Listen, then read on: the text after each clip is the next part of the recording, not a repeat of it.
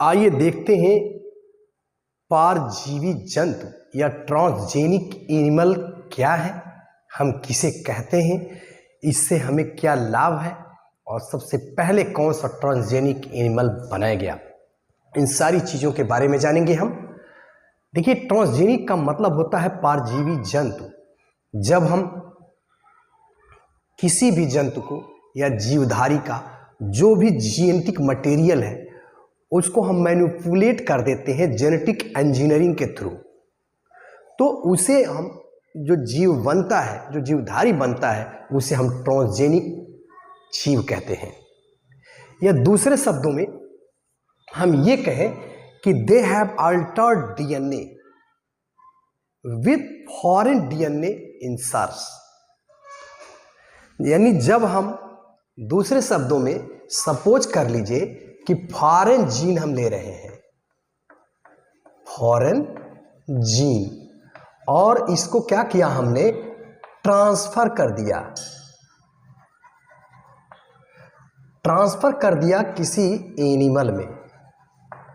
तो अब इस एनिमल का जो भी डीएनए है इसमें हमने अल्टर पैदा कर दिया जेनेटिक इंजीनियरिंग के थ्रू। फॉरेन जीन को जब हम ट्रांसफर कर देते हैं किसी एनिमल में, तो ये जो एनिमल हमारा बना ये हो गया ट्रांसजेनिक एनिमल, ट्रांसजेनिक एनिमल ये कहलाएगा।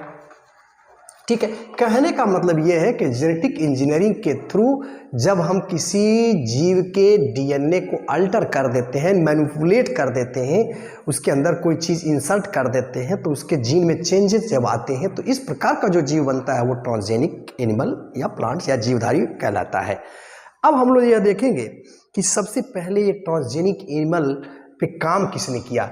देखिए, Herbert Boyer and Stanley Cohen नाम के साइंटिस्ट ने सबसे पहला जो काम किया 1973 में, इन लोगों ने सबसे पहले ट्रांसजेनिक एक बैक्टीरिया का निर्माण किया था। ट्रांसजेनिक बैक्टीरिया बनाया जो कैनामाइसिन नाम की जो एंटीबायोटिक है, उस एंटीबायोटिक के प्रति यह बैक्टीरिया जो है प्रतिरोधी था या रेजिस्टेंसी डेवलप कर लिया। तो ये सबसे पहला ट्रांसजेनिक बैक्टीरिया है। इसके बाद एनिमल के केस में जब हम जाते हैं तो सबसे पहला जो ट्रांसजेनिक एनिमल बनाया गया है वो हमारा है माइस। ये है 1974 में, और इन लोगों ने जो काम किया था वो 1973 में। तो 1974 में जो पहला ट्रांसजेनिक एनिमल बनाया गया वो उसको बनाया था रोडॉल्फ जेनिस ने। रोडॉल्फ जेनिस साहब ने बनाया था। ये फर्स्ट एनिमल था और ट्रांसजेनिक एनिमल था, यह एक माइस था। तो ये तो हिस्टोरिकल एस्पेक्ट है। अब हम इस ट्रांसजेनिक एनिमल को बनाते क्यों हैं, इसके फायदे क्या हैं, नुकसान क्या हो सकते हैं, आइए इस एस्पेक्ट पे बात करते हैं।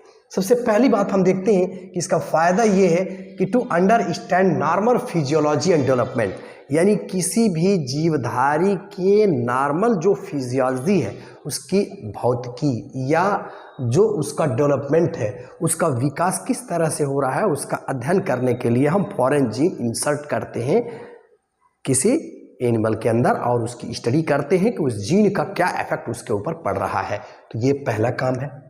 दूसरा काम, to study diseases, different types of जो डिजीजेस हैं, एक तरह से अनक्योरेबल हैं, उनके अध्ययन के लिए भी हम ट्रांसजेनिक जीव को पैदा करते हैं। जैसे कैंसर देखें, सिस्टिक फाइब्रोसिस देखें, रियोमेटिड आर्थराइटिस है या अल्जाइमर है, ये ऐसी बीमारियां हैं, इनके अध्ययन के लिए, इनको समाप्त करने के लिए हम ट्रांसजेनिक एनिमल को का इजाद करते हैं, जिसके माध्यम से इनको समझा जा सके कि इसके अंदर क्या प्रॉब्लम है और उस जीन को अल्टर करके या चेंज करके हम इन बीमारियों को क्योर कर सकें। तो इनके क्योर में ट्रांसजेनिक एनिमल्स बहुत महत्वपूर्ण रोल प्ले करते हैं। Next, to check vaccine safety, यानी जो भी वैक्सीन बनता है तो तत्काल वो ह्यूमन बीइंग पे तो भाई यूज नहीं होगा। जैसे कोरोना का वैक्सीन बना तो ऐसा थोड़े है कि तत्काल बना तत्काल ह्यूमन बीइंग को लगा दिया। तो इसके लिए ज़्यादातर माइस प्रयोग होता है। और एक चीज़ और आप बताता चलूँ यहीं पे कि देखें, सबसे ज़्यादा ट्रांसजेनिक जीव बने हैं अब तक जो बनाए गए हैं, देखो रैट भी सबसे, ये 95%, मोर देन 95%, यानी 95% से ज़्यादा ट्रांसजेनिक जो मतलब जेन बनाए गए हैं वो रैट ही है। इसके अलावा देखें रैबिट बनाया गया है, रैबिट है, काऊ बनाई गई है, पिग बनाई गई है, फिशेज बनाई गई हैं। तो ये सारी चीज़ें जो है जेनेटिकली जो है मैनिपुलेट करके इनको बनाया जा चुका है, लेकिन इनमें ज़्यादातर संख्या जो है 95% जो है रैबिट है। तो ये वैक्सीन का चेकअप करने के लिए कि वैक्सीन सेफ्टी उसके अंदर है या नहीं है, उसके लिए भी हम इसका प्रयोग करते हैं, ट्रांसजेनिक एनिमल का प्रयोग करते हैं। नेक्स्ट हम चलते हैं to check drugs and medicine safety. कोई ड्रग हमने बनाया, कोई मेडिसिन बनाया, वो मेडिसिन सही ढंग से फंक्शन कर रही है कि नहीं कर रही है, उसका साइड इफेक्ट क्या है, उसका बेनिफिट क्या है, इन सारी चीज़ों के लिए भी हम ये ट्रांसजेनिक एनिमल पे ही मतलब कार्य करते हैं, ताकि सही ढंग का रिजल्ट आए और उसका एनालिसिस करके फिर तब ह्यूमन बींग्स पे इसका यूज होता है।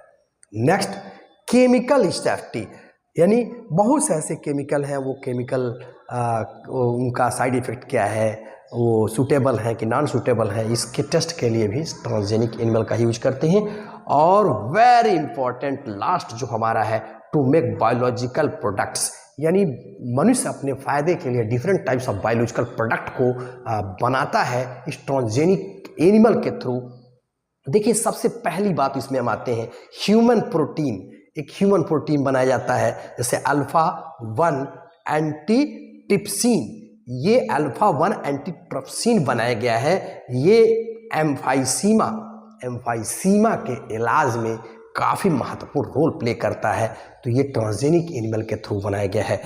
नेक्स्ट जो हमारा है प्रोडक्ट देखें, जैसे PKU, फिनाइल कीटोन्यूल यूरिया, ये भी बीमारी है, तो इसके उपचार में भी ट्रांसजेनिक एनिमल काम में आते हैं। और सिस्टिक फाइब्रोसिस, यहाँ भी ये किया जाता है। तो इस तरह से हम देखते हैं कि ट्रांसजेनिक एनिमल हमारे लिए काफ़ी महत्वपूर्ण है। अब देखें भारत के केस में अगर हम देखें तो 1997 में ह्यूमन अल्फा लैक्ट एल्ब्यूमिन नाम का जो ह्यूमन में प्रोटीन पाया जाता है, ये बेबी के लिए बहुत ही बेनिफिशियल होता है, क्योंकि जो बेबी होता है वो माँ का दूध सबसे पहले उसको रिकमेंड किया जाता है, और माँ का दूध पीता है। अगर माँ का दूध नहीं मिलता है तो गाय का दूध दिया जाता है, वो भी काफ़ी बेनिफिशियल होता है एक बेबी के लिए। लेकिन वैज्ञानिकों ने क्या किया, 1997 में फर्स्ट जो ये काऊ बनाया, रोजी नाम की काऊ बनाया। इस काऊ के अंदर ऐसी विशेषता थी कि जो ह्यूमन अल्फा लैक्ट एल्ब्यूमिन नाम का जो प्रोटीन था, इसके अंदर जब इसका एनालिसिस किया गया तो ये 2.4 ग्राम प्रति लीटर के हिसाब से इसमें जो है ये अल्फा लैक्ट एल्ब्यूमिन नाम का प्रोटीन पाया गया, जो बहुत ही रिच है, एक प्रोटीन रिच फूड मटेरियल है फॉर द बेबी। तो इस तरह से रोजी का इजाद हुआ और ये